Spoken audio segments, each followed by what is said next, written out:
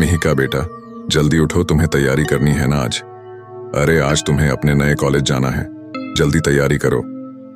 मिहिका की माँ किचन से आवाज लगा रही थी।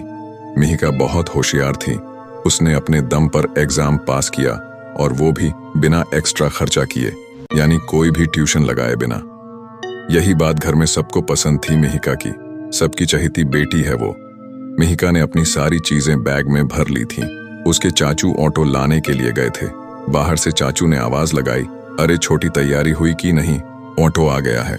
चाचू मिहिका को छोटी के नाम से बुलाते थे। सब सामान लेकर मिहिका और उसकी माँ नीचे आ गए थे। ऑटो में मिहिका के साथ उसके चाचू रेलवे स्टेशन चले गए। वहां से शहर का रास्ता कुछ घंटे भर का था। मिहिका का एडमिशन शहर के बड़े से कॉलेज में हो गया था। उसको हॉस्टल भी मिल गया था। बाहर रूम लेके रहना उसको एक्स्ट्रा खर्चा लग रहा था, सो वो नहीं किया था। मिहिका जल्दी से कॉलेज के गेट से अंदर गई और सीधा अपने हॉस्टल की तरफ पहुंची। वहां बहुत भीड़ थी, लेकिन सबको रूम्स मिलने वाले थे तो कोई टेंशन नहीं था। आखिरी में मिहिका का नाम लिया गया। उसको एक रूम मिला, लेकिन उसकी साथ वाली लड़की ने वहां जाने से मना किया। पूछने पर बिना बोले ही चली गई वो। वार्डन ने मिहिका को आवाज लगाई और कहा, देखो बेटा, एक ही रूम है और वहां कोई दूसरी लड़की तुम्हारे साथ रुकना नहीं चाहती। अगर तुम्हें वो चाहिए तो मैं वो तुम्हें दे सकती हूँ। अगर बाद में कोई लड़की आएगी तो मैं उसको तुम्हारे रूम में शिफ्ट करवा दूंगी, लेकिन तब तक तुम्हें अकेले रूम में रहना होगा। बोलो मंजूर है तो यहाँ नीचे अपना नाम और पता और फोन नंबर दे देना। मिहिका वैसे छोटे शहर से थी, उसको किसी बात का डर नहीं था। उसने तुरंत हाँ कहा और अपनी सारी जानकारी वहां भर दी। वार्डन ने उसको रूम की चाबी दे दी और कहा कि कुछ भी तकलीफ हो तो मुझे आकर बोलना। वार्डन मैडम नीचे के कमरे में रहती थी। वैसे बोलने में वो काफी अच्छी लगी। मिहिका ने अपना सामान उठाया और अपने रूम की तरफ जाने लगी। उसके बगल में सभी रूम थे तो उसको कोई परेशानी नहीं लग रही थी। रूम अंदर से काफी साफ सुथरा था। वो रूम 2 लोगों के लिए था, 2 बेड और अलमारी। उसने अपना सामान रूम में एक जगह रख दिया और फ्रेश होने चली गई। फिर आने के बाद अपने बेड पे लेट गई। दिन भर की थकान से उसको नींद आ रही थी। सोचा कि चलो घर में बात कर लिया जाए। उसने मोबाइल उठाया और घर में फोन लगाया। हेलो माँ, मैं पहुंच गई, रूम भी मिल गया, कोई परेशानी नहीं, तुम चिंता मत करो। ऐसे बोल के मिहिका ने फोन रख दिया। अब वो थोड़ी देर सोना चाहती थी। नींद में उसको पता ही नहीं चला कि रात के 8 बज गए हैं। वार्डन ने बताया कि खाने का समय रात को 7 से 9 बजे तक ही है। वो जल्दी से तैयार होकर नीचे चली गई। खाने के बाद थोड़ा टीवी देखा और सभी लड़कियां अपने रूम में चली गईं। मिहिका की कोई दोस्त बनी नहीं थी तो वो भी अपने रूम में चली गई। सुबह कॉलेज जाना था, इसलिए उसने मोबाइल में अलार्म लगाया था सुबह 8 बजे का, और वो सो गई। सुबह के 10 बज चुके थे। अलार्म होने वाला था, लेकिन वो बजा ही नहीं। एक अजीब सी हलचल हो रही थी उसके रूम में, जैसे किसी की मौजूदगी हो। वहां इन सब से अनजान मिहिका अभी भी सो रही थी। सभी लड़कियां कॉलेज चली गई। वार्डन ने हॉस्टल में एक राउंड मारा। देखा कि मिहिका का दरवाजा अंदर से बंद है। उसने बाहर से आवाज लगाई, कॉलेज नहीं जाना क्या? यहां सोने के लिए आई हो क्या? आवाज सुनते ही मिहिका की आंख खुल गई। उसने दरवाजा खोला। मैडम, अभी मैं उठाने ही वाली थी। अभी तो 8 बजने के हैं ना? मिहिका ने जवाब दिया। वार्डन जरा हंसकर बोली, बेटा जरा अपनी घड़ी देखना तो कितने बजे हैं। मिहिका ने अपना मोबाइल उठाया, देखा कि 10 बज चुके थे। उसको समझ नहीं आया कैसे। वार्डन वहां से चली गई और मिहिका अपना मोबाइल चेक करने लगी। अलार्म हुआ कैसे नहीं, और मैं इतनी देर तक कैसे सो रही थी, यही सवाल को सोचते वो कॉलेज गई। वहां जाकर उसकी क्लास में काफी लोगों से जान पहचान हुई। कुछ तो उसके शहर से थे जो अलग जगह पर रहते थे। उसको थोड़ा अच्छा लगा। वो सबसे बातें करके उन्हीं के साथ उन्हीं के रूम पे चली गई। वो सब लड़कियां उसकी पुराने कॉलेज की दोस्त निकली, इसलिए वो उन्हीं के रूम पे रुक गई उस रात को। वैसे वार्डन मैडम को मिहिका ने कॉल करके बता दिया था। रूम पे खूब मस्ती करने के बाद अपने दोस्तों के साथ मिहिका दूसरे दिन कॉलेज चली गई। वहां से सीधा अपने हॉस्टल दोपहर को पहुंची। खाना खाया और अपनी पढ़ाई की तैयारी करने लगी।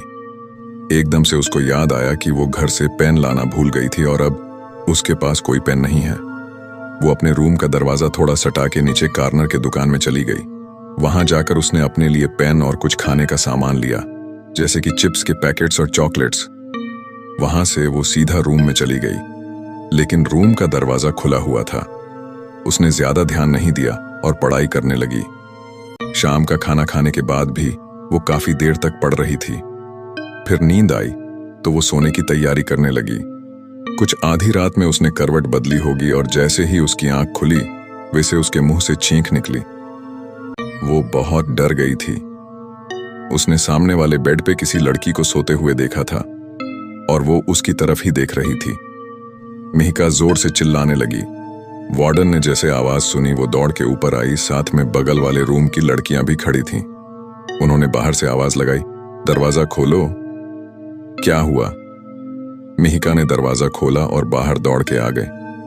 मैडम, रूम में कोई है?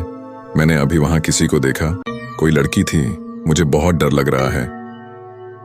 वार्डन ने अंदर जाके देखा और कहा, यहां तो कोई नहीं है, कोई सपना देखा होगा तुमने, बेकार में हल्ला मचाया, चलो जाके सो जाओ।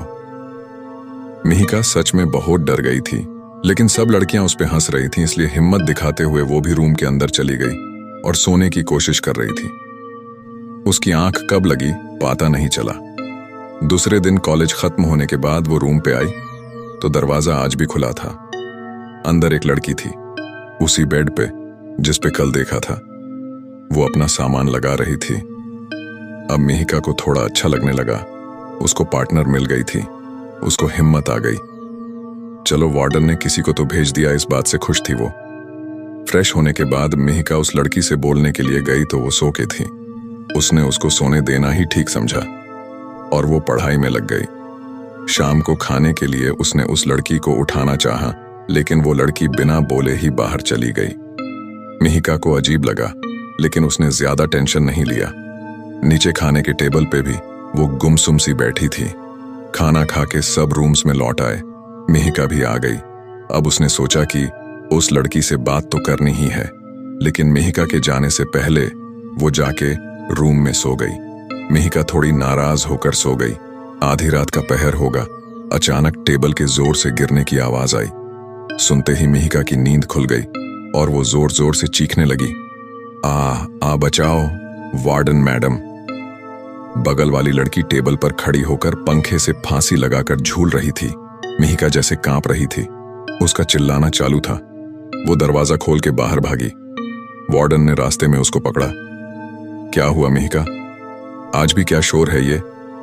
वार्डन ने डांटते हुए कहा। मैडम, मेरी रूममेट ने फांसी लगा ली है, चलो जल्दी, मिहिका ने घबराते हुए कहा। वार्डन अब साथ में भागती हुई गई। देखा कि रूम में तो कोई नहीं है, सब कुछ सही जगह पर है। अब उसको गुस्सा आया। उसने मिहिका को वार्निंग दे डाली। मिहिका, ऐसे तुम सबको परेशान करोगी तो मुझे तुम्हें हॉस्टल से निकालना होगा। बेकार में हल्ला मचाकर सबकी नींद खराब करती हो तुम। नहीं मैडम, मैं सच बोल रही हूं। मेरे रूम में कोई लड़की कल दोपहर से थी, मेरा यकीन करो मैडम, मिहिका रोते हुए बोती। वार्डन मिहिका को नीचे लेकर गई। उसने अपने रजिस्टर निकाले, उसके रूम का पेज निकाला। उस पे एक ही नाम था और वो था मिहिका का। वार्डन ने कहा, उस रूम में सिर्फ तुम ही रहती हो बेटा, और कोई नहीं। मिहिका और भी डर गई थी। सोचने लगी कि जिसको देखा था वो क्या था, कोई भूत या साया या कोई भटकती आत्मा। लेकिन वार्डन के सामने कुछ बोल नहीं पाई। उसको मजबूर होकर रूम में जाना पड़ा। अब उसने अपने रूम का दरवाजा खुला रखा और सोने की कोशिश कर रही थी, लेकिन उसको नींद नहीं आई। सुबह कॉलेज जाकर अपने दोस्तों से वो सब किस्सा बता रही थी। उसके दोस्तों ने उसको हिम्मत दी और कहा कि डरो नहीं, तुम्हारा वहम होगा, ज्यादा सोचो मत। लेकिन मिहिका को पता था ये उसका वहम नहीं था। शाम होने को थी। खाना खाकर मिहिका रूम में आई और पढ़ाई करने लगी। उसका मन नहीं लग रहा था। फिर सोने की कोशिश करने लगी। नींद लगती और थोड़ी देर बाद कल रात वाली बात से नींद खुल जाती। रात के करीब 1 बज रहे थे। उसकी आंख खुली और वो लड़की फिर से दिखना चालू हो गई। वो अपने बेड पे बैठी थी। मिहिका ने उससे बात करनी चाहिए, लेकिन वो बहुत ही ज्यादा गुस्से से मिहिका की तरफ देखने लगी। उसकी लाल डरावनी आंखें देख के मिहिका के मुंह से आवाज भी नहीं निकल पा रही थी।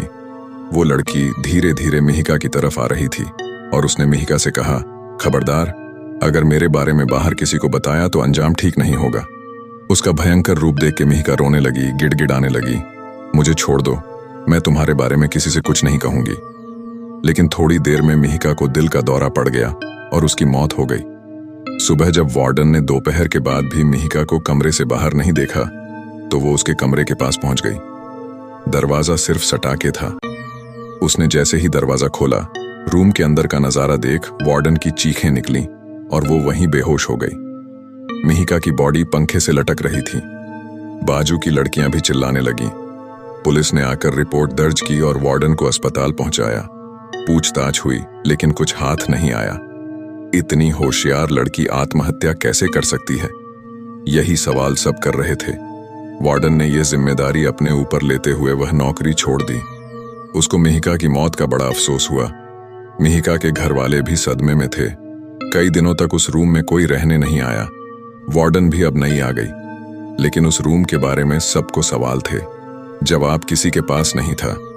कुछ साल भर के बाद उस हॉस्टल के रूम में एक नई स्टूडेंट रहने आई। इस हादसे के बाद वह कोई लड़की रहना नहीं चाहती थी। उस रूम के पास के भी रूम खाली थे। लेकिन एक दिन एक लड़की का एडमिशन हुआ कॉलेज में और वार्डन ने उसी रूम की चाबी दे दी। उसका नाम निशा था। रूम देख के वो बहुत खुश हो गई। अपना सामान रखकर बाहर घूम के आई तो देखा कि उसके पास वाले बेड पे कोई लड़की सो रही थी। उसने हाथ लगाकर उठाने की कोशिश की और पूछा, कौन हो तुम? कौन सी क्लास में हो? क्या नाम है तुम्हारा? उसने जवाब दिया, मिहिका। उम्मीद है आपको ये कहानी जरूर पसंद आई होगी। ऐसी और कहानियां सुनने के लिए सब्सक्राइब करें हमारा चैनल हिंदी कहानी 2.0।